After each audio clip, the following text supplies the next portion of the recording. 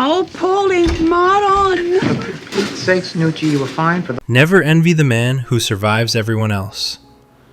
Paulie Gualtieri's final victory is proof that living too long can be the cruelest punishment of all. Among the rogues gallery of The Sopranos, few figures embody the tragic absurdity of mob life quite like Paulie Walnuts Gualtieri. Wait a minute. This bothers you? You saw a fucking psychiatrist. On the surface, he's comic relief, a loud-mouthed relic with shoe polish hair and a talent for turning malapropisms into poetry. But peel back the layers of bravado, and what remains is a portrait of profound isolation. A man who survives everyone, only to discover that survival is its own punishment. Soprano crew. It's a fucking Chinese fire drill over there. By the end of the series, Paulie stands as the last man from Tony Soprano's original crew, an unintentional monument to attrition. Everyone else has flipped, died, or vanished into witness protection. You, the guys, and his image. Beansy sums it up best in the show's final stretch. All Paulie has left is his image and the guys. The problem, of course, is that there are no guys anymore. Can't even get down to the pork store? Gotta hang around here all day doing nothing? The empty seats at Satriali's speak louder than any dialogue could. Where once there was laughter and petty bickering, now there's only a cat and the hum of fluorescent lights. It's almost poetic, if poetry were written on deli napkins and stained with marinara. Paulie's loneliness isn't simply circumstantial, it's cosmic. He has no father, no children, no wife. Little Paulie tells me you didn't go to your aunt's funeral. His only family is a woman who isn't biologically his mother, and who raised him amid a labyrinth of Catholic guilt and identity confusion so dense it could make Freud blush. His entire emotional life is built on misfires.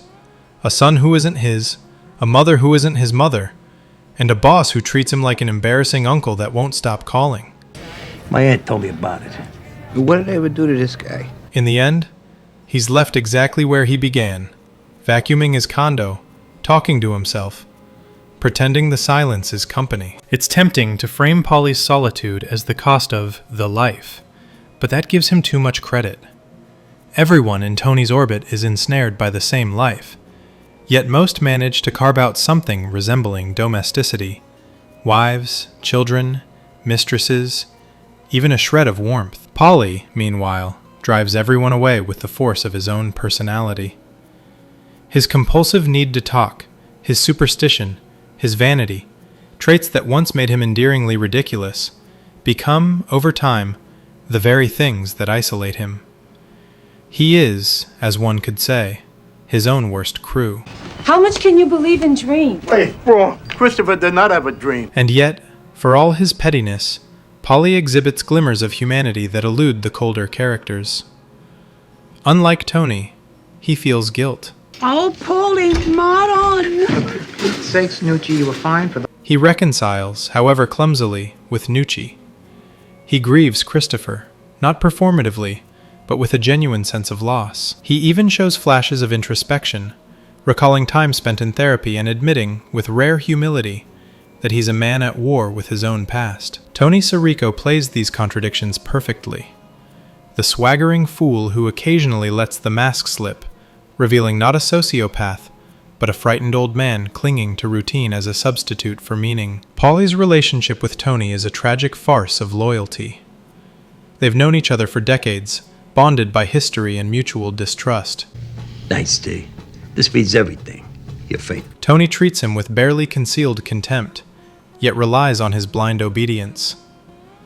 Paulie, in turn, admires Tony's power but resents his arrogance. When the hierarchy collapses, what remains is a hollow imitation of friendship, one that survives only because both men need it to. By the time Tony can't even sit with Paulie outside Satriale's, the message is clear. Whatever affection once existed between them has evaporated, leaving only habit and fear. How far is it to Atlantic City? Still, one must admire Paulie's resilience. He survived mob wars, indictments, betrayals, and more assassination attempts than he can count.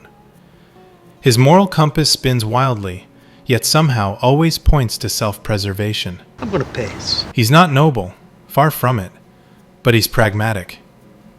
When the rest of the family goes up in flames, Paulie adjusts his sunglasses, mutters a half-baked proverb, and carries on. I beat cancer once. You got no idea what that does to you. The universe, it seems, rewards cockroaches and men who iron their slacks. In the grotesque arithmetic of mob life, Paulie wins by default.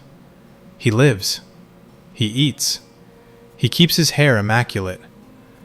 But what kind of victory is that? The man who once craved camaraderie ends up surrounded only by ghosts and cats. He used to talk to soldiers. Now he talks to furniture. A rat died in a wall back. The show's final glimpse of him, sitting alone outside the pork store on a dull, gray day, is a masterstroke of tragic irony. He looks content, maybe even proud, but there's no mistaking the emptiness of the tableau. This is not peace, it's inertia. There's also the question of whether Paulie's solitude even bothers him. Perhaps it doesn't. He spent so long adapting to loss that it's become a kind of second nature. Like the Victorian governesses who were warned not to talk too much lest they reveal how lonely they were, Paulie fills the air with noise so he doesn't have to hear the silence. His chatter, his bragging, his superstitions, all defense mechanisms, as compulsive as they are pathetic. I don't want to embarrass your mother in the dining room. Some have argued that Paulie's loneliness is self-imposed, that his abrasive personality ensures no one stays around long enough to breach his armor. True, but it's also his tragedy. He wants connection desperately, yet every attempt curdles into awkwardness or rejection. The sex worker who can't wait to leave his hotel room, the Gumar he half-heartedly visits, the children he never had, all are reminders of a man incapable of intimacy. His heart beats under a Kevlar vest of pride. Ironically, Paulie is perhaps the least hypocritical of Tony's crew. He knows he's shallow, vain, and greedy, and makes no attempt to dress it up in moral justifications. Tony, by contrast, cloaks his cruelty in talk of family and legacy, two words that never held meaning for Paulie. Marriage and our thing don't jive. When he says, "Marriage and our thing don't jive," it's not cynicism, it's clarity. He understands the rules of the world he chose, and he plays by them with religious devotion. If there's a sinner in need of absolution here, it isn't Paulie. It's everyone who pretended to be better than him. You didn't hear the joke about Ginny? Even his rumored betrayal, leaking a joke to Johnny Sack, or considering jumping ship to New York, feels less like treachery than pragmatism. In a world where loyalty is a myth and death is inevitable, Paulie's only consistent allegiance is to survival. One can hardly fault him for that. After all, he outlived the rest. In the end, Paulie's story isn't about redemption or ruin. It's about endurance. He's the last relic of a crumbling institution, the last man polishing brass on a sinking ship. The absurdity of his survival is the point. The Sopranos began as a show about power, and ended as a meditation on decay. Paulie Gualtieri sits at that intersection, a fossil of a bygone code, still trying to look sharp, while the world forgets he exists. And perhaps that's the cruelest irony of all.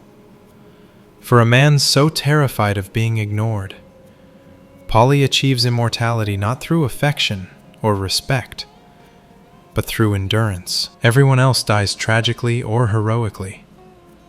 Paulie just keeps breathing. The cat at Satriali's might be the only creature left to bear witness. So yes, Paulie is the loneliest character in The Sopranos.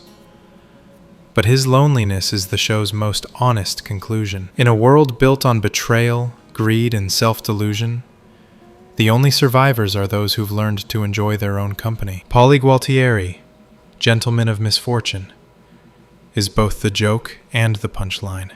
God's loneliest man, and the last one left to laugh about it. Everyone dies. The analysis doesn't. Subscribe.